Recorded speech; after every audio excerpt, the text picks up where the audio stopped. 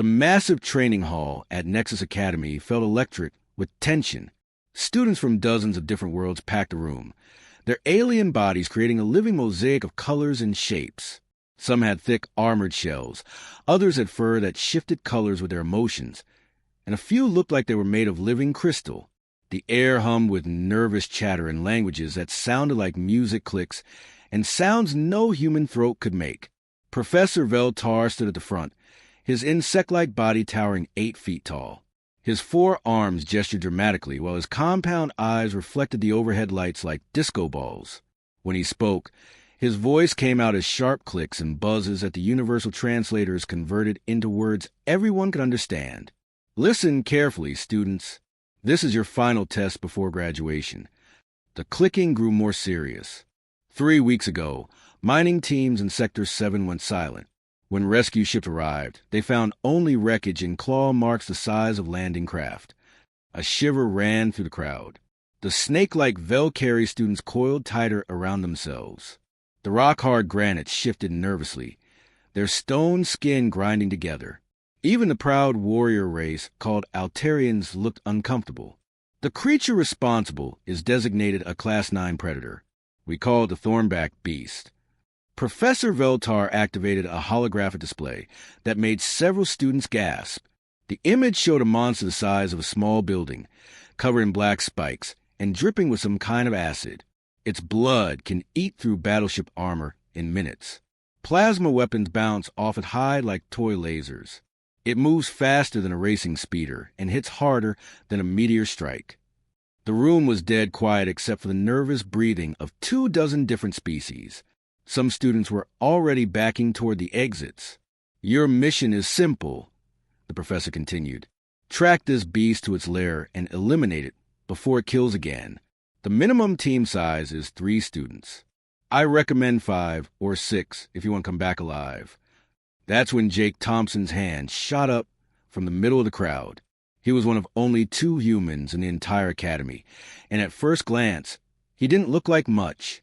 Average height, brown hair that never stayed combed, and the kind of easy smile that suggested he found everything amusing.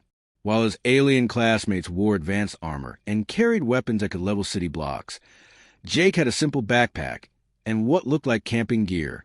Professor, I'll handle this one solo. The training hall went so quiet you could have heard a pin drop on the other side of the building.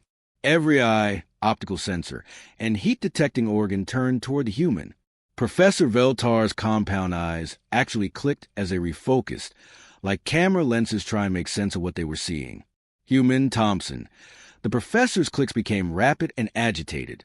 Perhaps your translator is malfunctioning.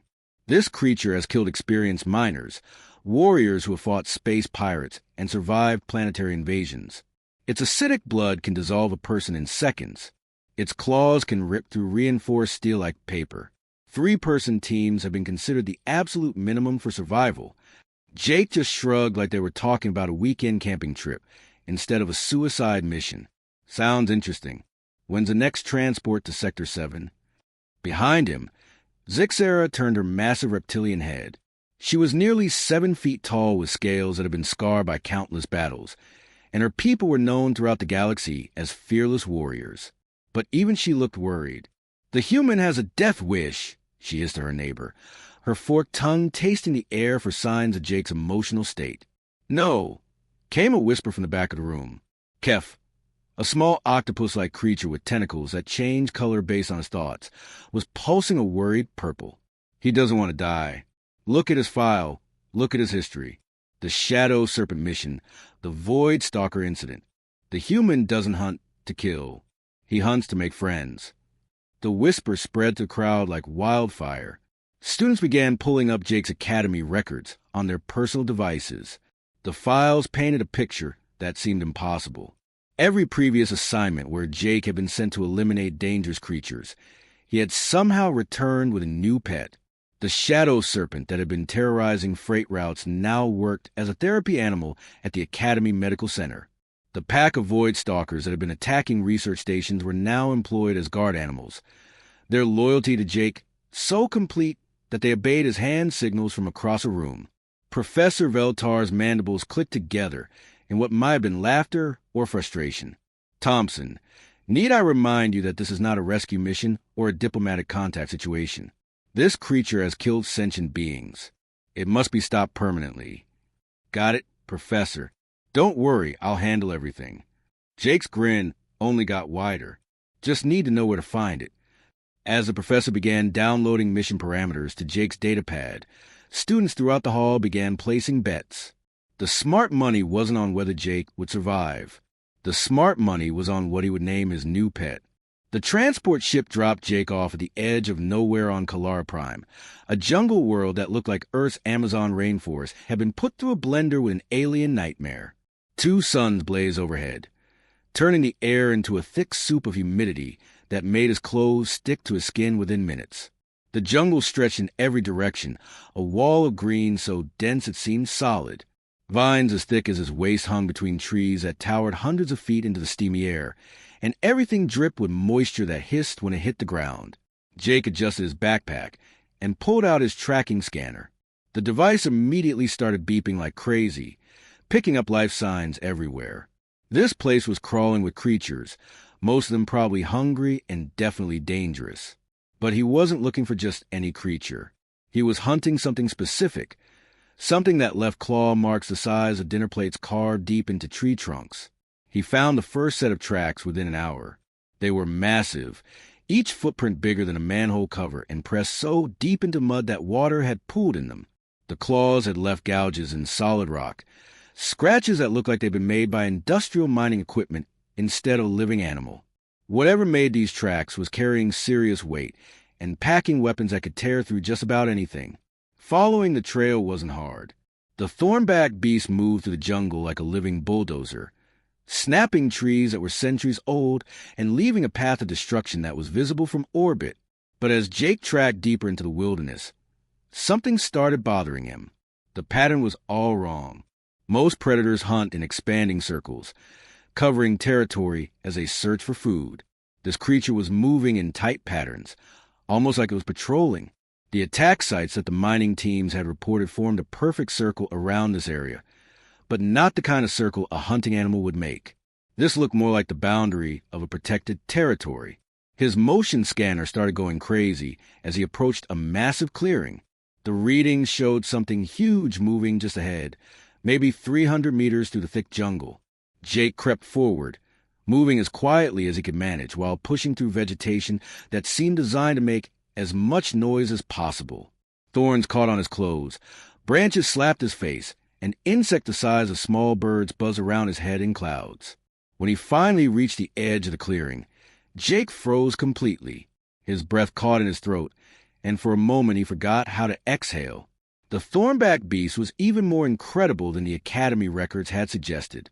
It stood 12 feet tall at the shoulder, a mountain of muscle and armor that looked like it had been designed by someone who thought regular dinosaurs weren't scary enough. Its hide was covered in spines that gleamed like polished obsidian in the double sunlight, each one as long as a sword and probably twice as sharp. The creature's head was massive, with jaws that could bite a hover car in half and teeth that dripped with something that made the ground smoke where it landed. But the beast wasn't hunting. It wasn't prowling around looking for its next meal or sharpening those terrifying claws on tree trunks. Instead, it was doing something that made Jake's heart skip a beat. It was building a nest. The massive predator moved with shocking gentleness, using claws that could rip through starship armor to carefully arrange fallen logs around a collection of objects that could only be eggs. Each egg was the size of a basketball and had a pearlescent shell that shifted colors in the sunlight. The thornback positioned each log with the precision of an architect, testing the stability and adjusting the angles to create the perfect protective barrier. Jake watched in amazement as the creature stepped back to examine its work, then made tiny adjustments to improve the nest design. This wasn't mindless animal behavior. This was intelligence, problem-solving, and something that looked a lot like love. That's when the beast noticed him watching from the tree line. Instead of the explosive charge that Jake had been expecting, the thornback simply moved to position itself between Jake and the eggs. It lowered its massive head and let out a warning growl that made the ground vibrate under Jake's feet. Leaves rained down from the trees, and small animals scattered in every direction. But the creature didn't attack. It just stood there, making it clear that it would defend its territory but wasn't looking for a fight. Jake slowly raised his hands and moved even more slowly to holster his plasma rifle. "Easy there, Mama," he said in the calmest voice he could manage. "I'm not here for your kids." The thornback tilted its enormous head, clearly confused by this reaction. Every other creature that had wandered into its territory had either run screaming or started shooting. This small, soft-looking human was just sitting down cross-legged in the dirt like they were old friends meeting for a picnic. Jake pulled out his geological scanner and started checking the data from the mining incidents. As the readings came up on his screen, everything started making perfect sense. "The mining crews got too close to your nest and he said, looking up at the massive creature. "You're not a monster hunting for food. You're just a scared mom trying to protect her babies." Jake set up his small camping shelter about 50 feet from the clearing's edge, just close enough to keep an eye on Belle, but far enough away that she didn't feel threatened. The first night was tense. Every time he moved in his sleeping bag, those massive glowing eyes would snap toward him, and Belle would let out a low rumble that made his teeth vibrate. But Jake had learned patience during his other missions. You can't rush trust, especially with a 12-foot-tall mother protecting her babies. By the second day, Belle had stopped growling every time Jake shifted position. She even seemed curious when he pulled out his portable cooking unit and started heating up his military rations. The smell of synthetic beef stew apparently caught her attention because she kept lifting her massive head to sniff the air. Jake noticed she wasn't leaving the clearing to hunt, which meant she was probably getting pretty hungry while guarding her eggs around the clock. That's when Jake made his first real breakthrough. He opened an extra ration pack and very slowly, very carefully, tossed a piece of protein bar toward the nest. Belle immediately positioned herself between the food and her eggs, but after a few minutes of cautious sniffing, she tried it. Her reaction was immediate and surprising. The massive predator made a sound that could only be described as pleased, a deep rumbling purr that made Jake's camping chair vibrate. From that point on, sharing meals became their daily routine. Jake would eat his rations while Belle munched on protein bars and dried fruits from his emergency supplies. She seemed especially fond of the apple chips, which was both adorable and slightly terrifying considering she could probably swallow Jake's entire head in one bite. By the third day, Belle had started what Jake could only call decorating. She began bringing interesting objects back to the nest area, colorful stones, and unusual pieces of wood that she arranged in patterns around the eggs. When Jake complimented her choices, pointing at particularly pretty rocks and nodding approvingly, Belle actually seemed to puff up with pride. Her spines would shimmer in the sunlight, and she'd make that contented purring sound. The breakthrough moment came on the fourth morning when Jake woke up to find a small visitor investigating his sleeping bag. One of the eggs had finally hatched, and the baby that emerged was nothing like what he'd expected. Instead of a miniature version of Belle's terrifying appearance, the hatchling looked more like a kitten-sized dragon with soft, flexible spines and huge, curious eyes. Its hide was a beautiful iridescent green that shifted to blue in the morning light, and when it moved, it had the unsteady wobble of any newborn trying to figure out how legs work. "Well, hello there, little guy," Jake whispered, trying not to make any sudden movements that might alarm Belle. The hatchling had somehow wandered away from the nest and was now sniffing Jake's hand with a nose that felt like warm, damp leather. Its tiny claws tickled against his palm, and when it looked up at him, Jake felt his heart melt completely. Belle was watching this interaction with intense focus, every muscle in her massive body ready to spring into action if the strange human made one wrong move toward her baby. But when Jake just sat there letting the hatchling explore, when he spoke in gentle tones and moved with careful slowness, something in Belle's posture began to relax. The baby thornback apparently decided that Jake's backpack made the perfect napping spot. It circled around a few times like a cat finding the right position, then curled up against a warm fabric and fell asleep with its tiny tail wrapped around its nose. Jake barely dared to breathe, but Belle just watched for a few minutes, then went back to tending the remaining eggs. By noon, 2 more eggs had hatched, and the new babies had joined their sibling in exploring Jake's campsite. They were fascinated by everything, poking their noses into his cooking equipment, playing with his spare socks, and treating his boots like the world's most interesting chew toys. Jake couldn't stop grinning as he watched them tumble over each other in their eagerness to investigate every new smell and texture.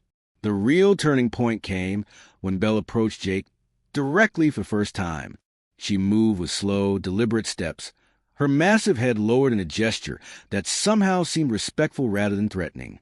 When she stopped just arm's length away, Jake very carefully reached out and offered her a piece of his lunch.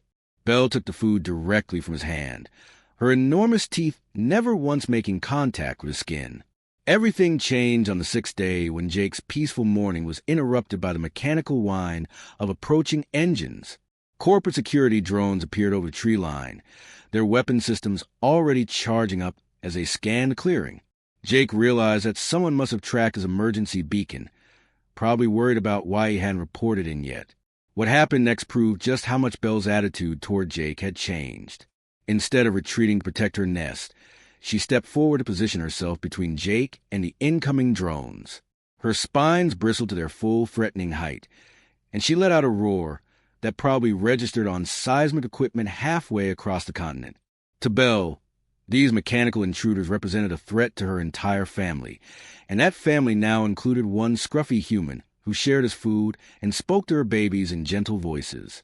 The security team's radio chatter was frantic as they tried to process what they were seeing. According to every report they received, the thornback beast was supposed to be a mindless killing machine. Instead, they were looking at a human sitting calmly in a clearing, while a family of supposedly deadly predators treated him like part of their pack. Jake waved at the drones and called out that everything was under control, but he could practically hear the confusion in the pilots' voices as they tried to figure out how to file this report. The Academy's main landing bay had never seen chaos quite like this before. Jake's shuttle was still settling onto the landing platform when every alarm in the facility started screaming. Red warning lights bathed everything in an emergency glow while automated announcements blared instructions for immediate evacuation. Students and faculty scattered in all directions, some running for emergency shelters, while others pressed against the reinforced observation windows to get a better look at whatever had triggered the security protocols. The source of all the panic was perched comfortably on Jake's shoulder as he walked down the shuttle's boarding ramp. Spike, the smallest of Belle's hatchlings, was about the size of a house cat, but looked like a miniature dragon crafted from living emeralds. His soft spines caught the overhead lights and threw rainbow patterns across the walls, while his large golden eyes took in all the excitement with obvious curiosity.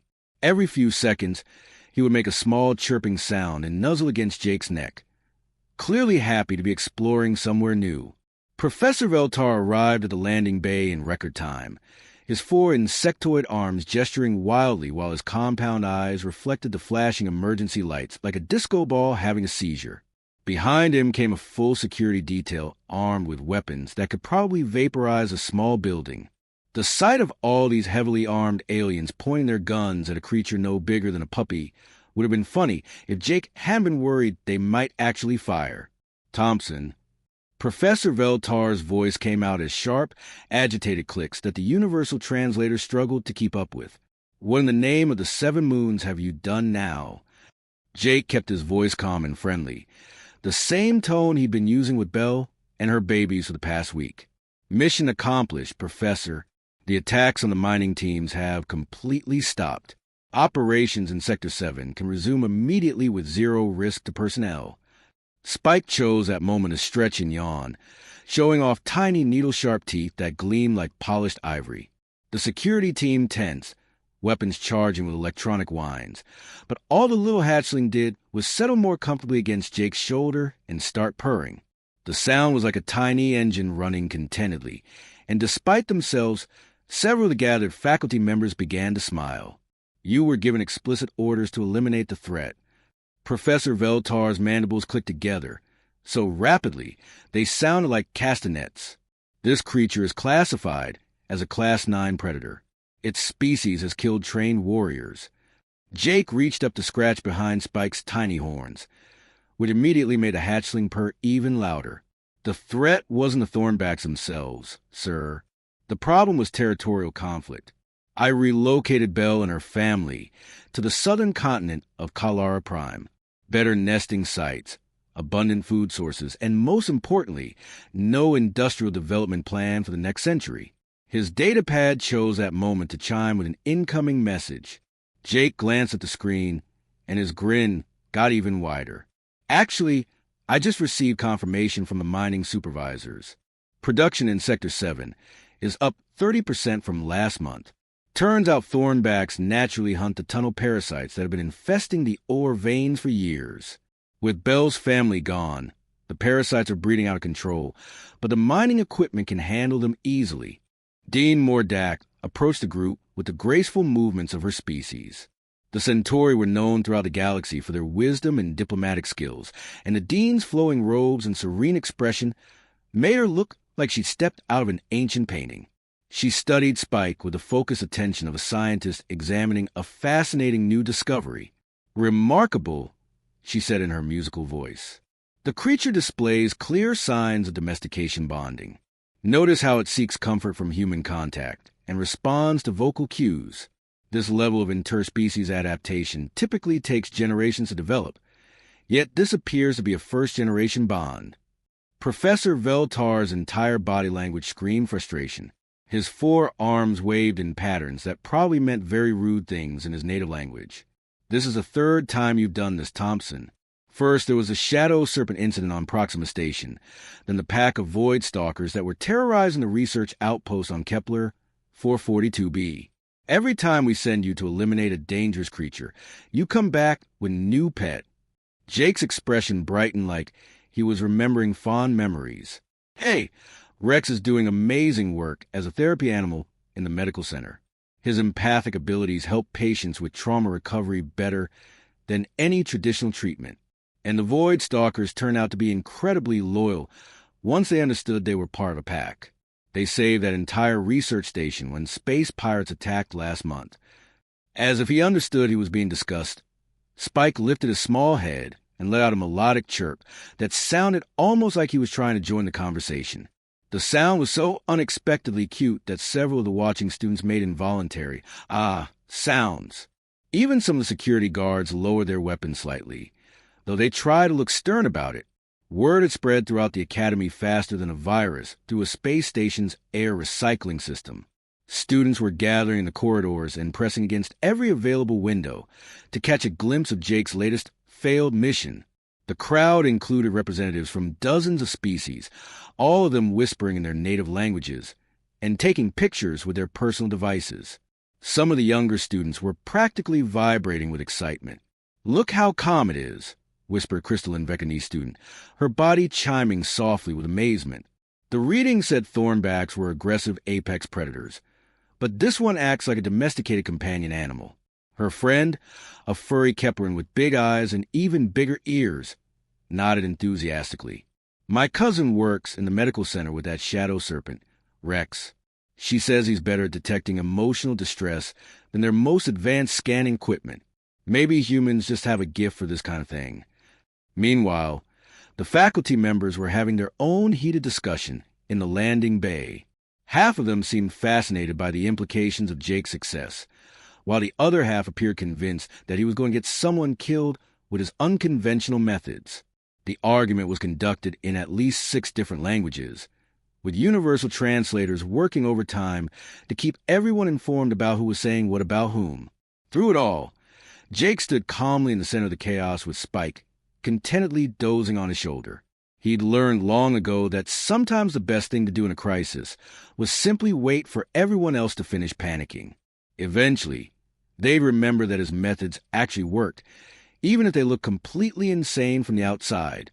The emergency session of the Academy Board was supposed to be private, but the soundproofing in the ancient council chambers wasn't designed to handle arguments in 17 different languages happening all at once. Jake sat on a bench outside the massive doors, listening to what sounded like the galaxy's most diverse shouting match. He could pick out individual voices through the chaos, the musical tones of the Centauri faculty, the aggressive clicking of the insectoid professors, the deep rumbling of the rock-based granite administrators, and the high-pitched whistling of the gas cloud beings who served as department heads. While the grown-ups argued about his future, Jake was having much more fun watching Spike play with one of the Academy's maintenance drones. The little hatchling had discovered that the floating robot would chase after small objects, so he kept dropping pieces of his lunch on the floor and chirping excitedly when the drone dutifully cleaned them up. It was like the galaxy's strangest game of fetch, and Spike was winning by being absolutely adorable. Every few minutes, the voices inside the council chamber would get louder, and Jake could catch fragments of the debate. Someone was shouting about dangerous precedents, while another voice argued about unprecedented interspecies breakthrough. The phrase complete violation of protocols came up a lot, usually followed by a remarkable success rate from someone else. Through it all, he could hear Dean Mordak's calm voice trying to keep everyone focused, though even her diplomatic skills were being tested. The doors finally opened after what felt like hours, and Dean Mordak emerged looking like she just finished negotiating a peace treaty between warring civilizations. Her usually perfect robes were slightly wrinkled, and there were stress lines around her eyes that hadn't been there when she went into the meeting. Behind her, Jake could see other board members still arguing in small groups, their various forms of body language all screaming frustration. Thompson, the dean, said, settling gracefully onto the bench beside him, "I need to ask you something important, and I want you to think carefully about your answer." Spike looked up from his game with the maintenance drone and chirped curiously at the dean, who smiled despite the serious situation. Even stressed Academy officials couldn't resist the little guy's charm. "In your species' history, how many apex predators did humans successfully domesticate?" she asked, her musical voice carrying the weight of genuine scientific curiosity. Jake scratched his chin thoughtfully. "That's actually a harder question than it sounds. Depends on how you count it and what timeline you're using. We turned wolves into dogs, which took thousands of years. We figured out how to work with big cats, though that was more partnership than true domestication. Horses, elephants, various birds of prey." He paused, thinking about everything he'd learned in xenobiology classes. Pretty much anything that didn't try to eat us immediately, we eventually found a way to make friends with. And what about the creatures that did try to eat humans first? Jake's grin was pure mischief. "Oh, we made friends with those too. Just took a little longer and required more creative approaches." Dean Mordak's laughter was like silver bells ringing in a gentle breeze, and for the first time since the emergency session began, she looked genuinely relaxed. "That explains so much about your methods. The board has spent the last 3 hours analyzing your mission reports, and we've discovered something fascinating. Every creature you've been assigned to eliminate has shown remarkable behavioral adaptation after contact with humans. It's not just domestication. It's accelerated evolution of social bonding mechanisms." She stood up and smoothed her robes, suddenly looking very official. "The Academy Board has voted to create a new position in recognition of your unique talents. Effective immediately, you are the first director of interspecies relations. Your job will be to handle situations where traditional military solutions have failed, using your species' apparent gift for turning enemies into allies." Jake felt Spike purr against his neck as the little hatchling sensed his excitement. "Does this mean I get a bigger office? Because my current dorm room is getting pretty crowded with Rex taking up half the space. You'll be getting the entire west wing of the research building, complete with specialized habitats for various species." Dean Mordak said with amusement, "We have a feeling you're going to need the space." As they walked across campus toward Jake's new headquarters, they passed groups of students clustered around their personal devices, reading the latest mission postings and assignment updates. The conversation Jake overheard made him chuckle. "Did you see the new alert from Sector 12? A young Alteron was saying to his study group, there's some kind of reality warping entity terrorizing the shipping lanes in the Vortex Nebula. It's phasing in and out of normal space, and every ship that gets too close just vanishes." His friend, a nervous-looking creature covered in what looked like living moss, shivered at the description. That sounds like something that could destroy entire star systems, if it wanted to. Who's going to be brave enough to handle that kind of threat? A third student, one of the crystalline Vekani with body segments that chimed when she moved, looked over at Jake walking past with Spike on his shoulder. "Sounds like a job for the human," she said matter-of-factly. "If anyone can figure out how to make friends with a reality-warping space monster, it's him." Jake smiled as he listened to their conversation.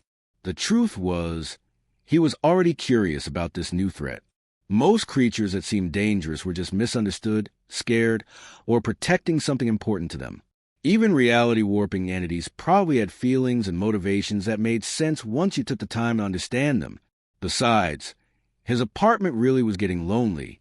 Rex was great company, but he spent most of his time at the medical center helping patients. Spike was wonderful, but he was still just a baby who needed lots of sleep. A reality-warping space entity might be exactly the kind of companion who could keep up with Jake's increasingly unusual lifestyle. As he settled into his new office, Jake pulled up the mission files for the Vortex Nebula incident. The reports made it sound terrifying, but Jake had learned to read between the lines.